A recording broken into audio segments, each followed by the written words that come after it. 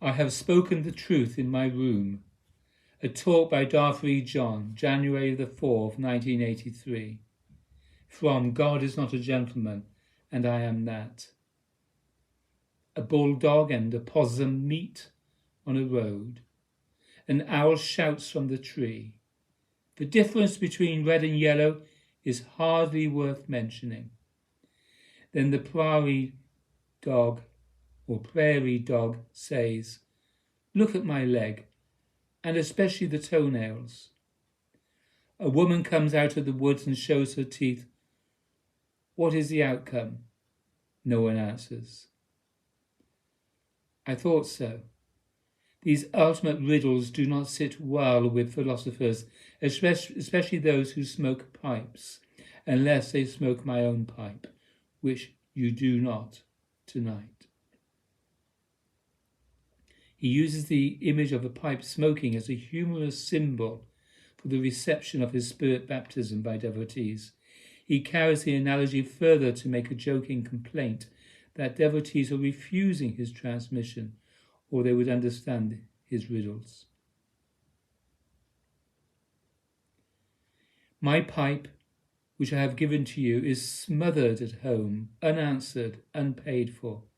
So you do not know the answer to this riddle. No matter how many hairs you grow on your face, this riddle will be incomprehensible to you. Only my pipe would give you the answer. When you go home, you will find that it is absent, invisible, dissolved, not at all present, except the form of it will be there. It will have no question and no answer in it. An empty pipe to remind you of me. What a night to be without my pipe. Good enough for a few rhymes.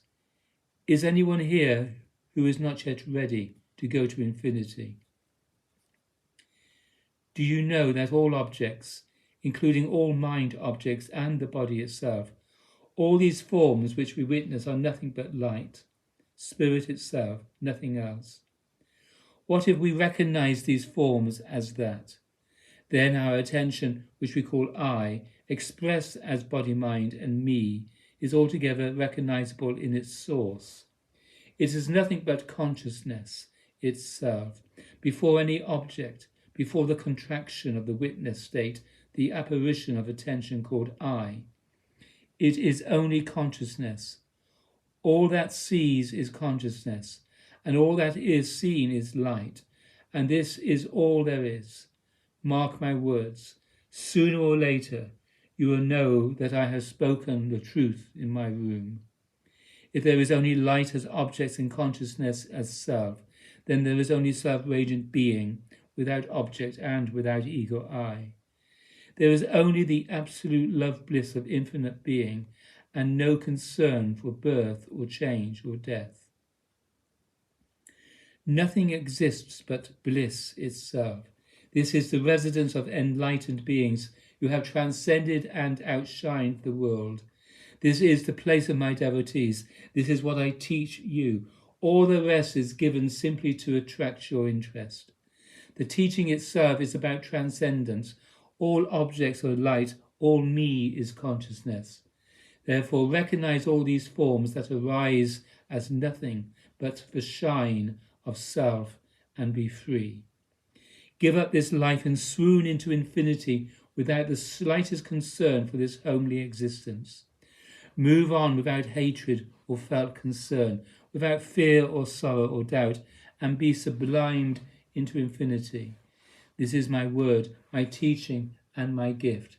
This is the spirit blessing I give to you. What are you all doing now? While you are all waiting to figure it out, I am going to my rooms for a while. This while will last a long time, but there will be no time to it at all. My body will be invisible while you sink it in the ground. Put wings on my back and knot my buttocks into a shroud of divine adoration when I am old. While you are doing this, I will have been dead for 80 years and never have known a single word about you. Even now I am gone. I do not wait. I would say that God waits, but God does not wait. No one waits. You are wandering in the poorness of space and time because you do not love God enough. That is all right. Now I am going to disappear into samadhi and be unknown forever, dead. Here I go. Are you ready? Devotees, no. Adida. Even though I do not go now, it is still true. All objects are light, all subjects are attention, which may be realized in their source. They are all consciousness, and consciousness is self-lit, infinitely brilliant, seen as worlds, bodies, minds, objects, the same one. You have the opportunity to be totally free, to be without attention, smothered in the brilliant consciousness of absolute being, recognizing all forms as nothing but a modification of your own shine to infinity. Yet you will not accept it. Let this be said about my generation, and let this justify my never coming back to any mortal world at all. No one will hang me on the other side for not coming back to this place. They will make me a hero, with badges and golden awards on my left chest, my right chest, my abdomen, my hips and my ass. Every part of my body will be smothered with garlands, ribbons and gold medals, because I refuse to come back to a place that is without God, even though I taught and transmitted and shined everything in that place. Now I have done it all, and I feel completely free at ease.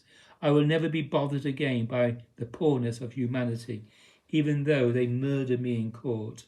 I will never again feel unhappy, as if I had not done enough.